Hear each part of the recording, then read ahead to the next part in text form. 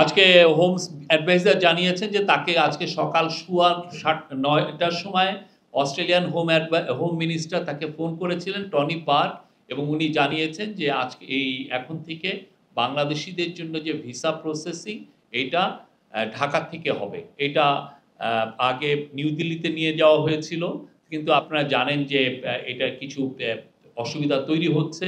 তো সেইজন্য অস্ট্রেলিয়ার তরফ থেকে কালকে এসে অস্ট্রেলিয়ান অ্যাম্বাসেডর জানিয়ে গিয়েছিলেন। আজকে অস্ট্রেলিয়ার হোম মিনিস্টার আজকে আমাদের home adviser lieutenant general Jahangir Alam Chowdhury তাকে ফোন দিয়েছিলেন। এবং এটা আপনারা জানেন যে গত ৩১শে অক্টোবর টনি পার্ক বাংলাদেশে এসেছিলেন। তখন তার সাথে চিফ অ্যাডভাইজারের কথা হয়েছিল। চিফ অ্যাডভাইজার এই অনুরোধটা করেছিলেন যে যাতে বাংলাদেশের মানুষরা, বাংলাদেশের ন্যাশনালরা যাতে ঢাকার থেকেই ভিসা প্রসেসিং করতে পারে।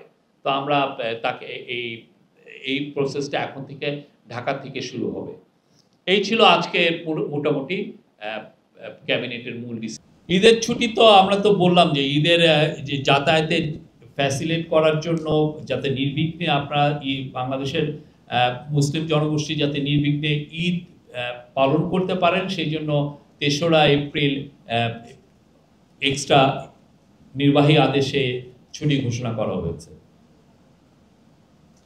আর আজকে ক্যাবিনেটে জানানো হয় যে প্রায় ১,৭২,০০০ পজিশন খালি আছে এবং আমাদের চিফ অ্যাডভাইজার পাবলিক অ্যাডমিনিস্ট্রেশনের যে সেক্রেটারি তাকে বলেছেন যে আরও জানতে, যে আরও বিস্তারিত এটার উপরে জানাতে যে কতটা পোস্ট খালি আছে এবং সেই ব্যাপারে সামনে কি কি মেজার নেওয়া যায়, কিভাবে রিক্রুটমেন্ট করা যায় সেটা জানার জন্য উনি এটা তাকে জানিয়েছেন।